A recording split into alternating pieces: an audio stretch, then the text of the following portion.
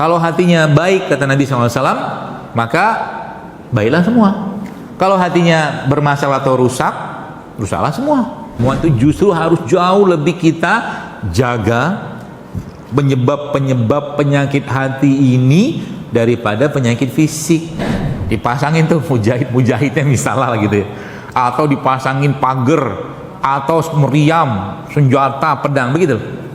Nah sebenarnya pada konteks penyakit dalam tubuh kita itu juga sama. Pokoknya semua emosi-emosi yang kita tidak bisa kendalikan, tidak bisa kita bersihkan, jernihkan, dan kita masih memendam itu, maka dia akan jadi biang penyakit.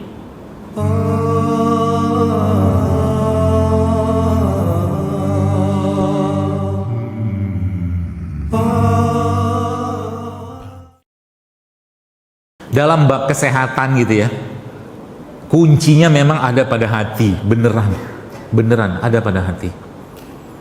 Saya jujur beberapa waktu belakangan ini memang mencari tahu banget kenapa kata Nabi, dan hadis itu kita sudah sering banget dengar, iza solaha jasada kulluh, kata Nabi. Kan gitu, sering banget kita dengar hadis itu. Ya, wa iza fasada jasada kulluh. Kalau hatinya baik, kata Nabi SAW, maka baiklah semua. Kalau hatinya bermasalah atau rusak, rusaklah semua.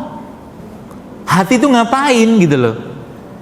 Ya bab penyakitnya itu justru malah yang harusnya kita semua, saya, Anda semua itu justru harus jauh lebih kita jaga penyebab penyakit hati ini daripada penyakit fisik. Kenapa? Semua urusan fisik itu babnya dari hati semua. Boleh saya bilang, kecuali darurat lah, beneran.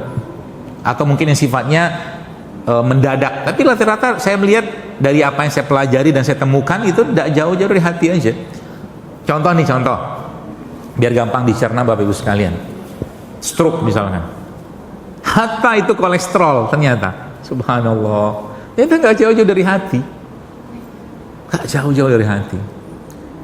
Apa yang saya maksud di sini, mungkin Anda bertanya itu urusannya sama kebencian, itu lain cerita. Pokoknya semua emosi-emosi yang kita tidak bisa kendalikan, tidak bisa kita bersihkan, jernihkan, dan kita masih memendam itu, maka dia akan jadi biang penyakit fisik.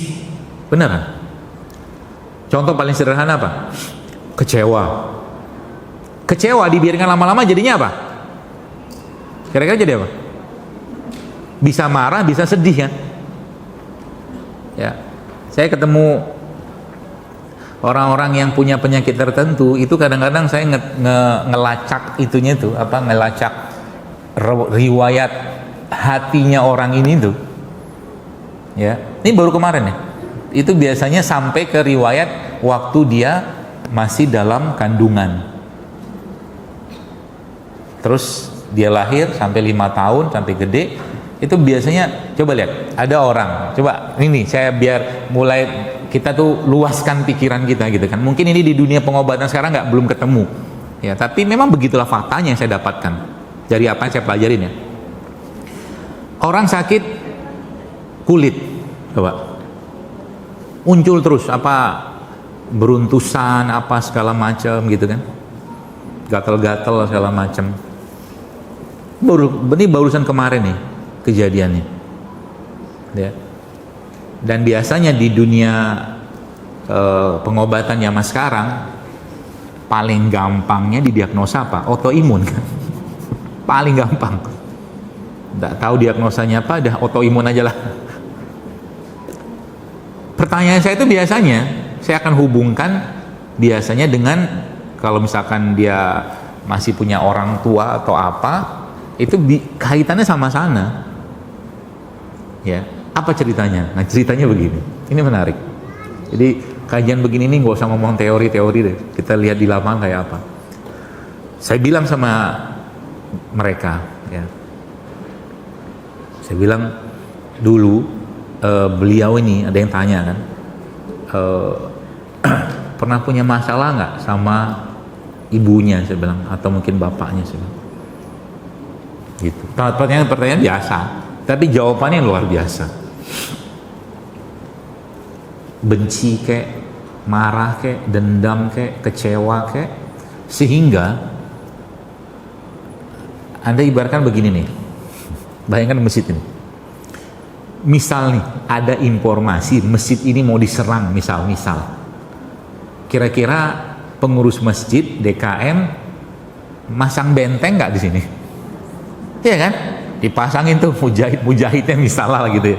Atau dipasangin pagar, atau meriam, senjata, pedang, begitu. Nah, sebenarnya pada konteks penyakit dalam tubuh kita itu juga sama. Ketika berlebihan respon tubuh kita itu berarti ada sesuatu tuh, ancaman. Baru saya tanya begitu, jawabannya saya udah bisa tebak jawabannya apa. Jawabannya saya sudah bisa tebak. Ada beberapa jawaban gitu kan. Ini termasuk ternyata ini beliau ini subhanallah dulu sempat 2 kali mau digugurin sama orang tuanya. Mau digugurin. Saya tanya, mau digugurinnya kenapa? Karena nggak siap dengan adanya anak. Konyol. Kenapa saya katakan konyol? Ini masuk ke teritorinya Allah. Mau dikasih anak sama Allah, dia nggak mau terima dengan alasan nggak siap. Ini kan konyol. Sehingga apa? Dia lahir menjadi anak yang tidak diinginkan. Lihat urutannya tuh. Ketika lahir sebagai tanda diinginkan, akhirnya apa? Dia menganggap bahasa-bahasa hati orang tuanya, khususnya ibunya dalam hal ini, itu sebagai ancaman kan? Karena saya nggak diinginkan, saya harus jaga-jaga nih. Kalau Anda datang, saya datang sini disambut gitu kan, berarti kita diinginkan. Kalau nggak diinginkan, kita siap-siap dilemparin. Gitu loh, paham ilustrasinya? Kita siap-siap dilemparin. Ya, entah lempar batu kek, lempar apa kek, gitu. Makalah muncullah reaksi itu. Bisa dipahami ya? Itu berlaku hampir semua penyakit. Semua penyakit. Terutama penyakit-penyakit kronik lama. Ini nggak sembuh-sembuh, gatal nggak sembuh-sembuh, ya. Jadi solusinya apa? Solusinya apa kalau kayak begini? Dikasih herbal bisa. Nah, balik lagi dia tanya. Saya tanya sama dia, bagaimana perasaan dia dengan ibunya? Jawabannya di situ. Dia mengatakan, ini istrinya yang tanya waktu itu. Kebetulan suaminya nggak ada, dia datang dengan 1-2 orang yang lain gitu. Bagaimana perasaan dia sama ibunya? Dan jawabannya bisa ditebak, dia masih benci, dia masih dendam lah. Makanya apa? Makanya meriam-meriamnya dipasang semua sama dia, gitu loh. Meriam tubuhnya itu dipasang kan? Tiba-tiba sel ini keluar, itu keluar, segala macam. Apa dia berantem gitu-gitu sebenarnya. Artinya kalau mau judulnya atau temanya atau babnya kita mau ngobatin penyakitnya, yang diperbaiki pertama kali apa? Perasaan dia terhadap ibunya kan. Lah kan dia nggak bisa ngomong kan kalau gitu kan. Orang masih bayi kok dalam kandungan. Kira-kira bayi dalam kandungan tuh ngerti nggak? Paham nggak bahwa dia mau digugurin? Paham. Apa yang Anda rasakan, ya, itu juga dirasakan bayi meskipun dia nggak ngomong. Anda lagi, karena saya nggak pernah hamil kan, ya, Anda marah, Anda benci, Anda curiga dengan suami, semua akan direkam dengan sangat baik oleh anak dalam kandungan. Mulai pusing kan kita kan, waktu dulu hamil.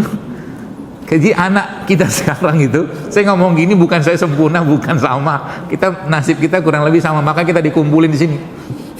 Ini orang-orang dengan nasib yang sama. Yang datang ke sini itu siapa? Ya orang-orang yang memang butuh nasihat ini. Sebagian besar di sini orangnya. Kata siapa? Kata Nabi. Al arwahu junudun mujannadah, kata Nabi. Kata Nabi itu Ruh itu seperti prajurit berbaris-baris, mana yang cari cocok dia akan ketemu, nyari gitu.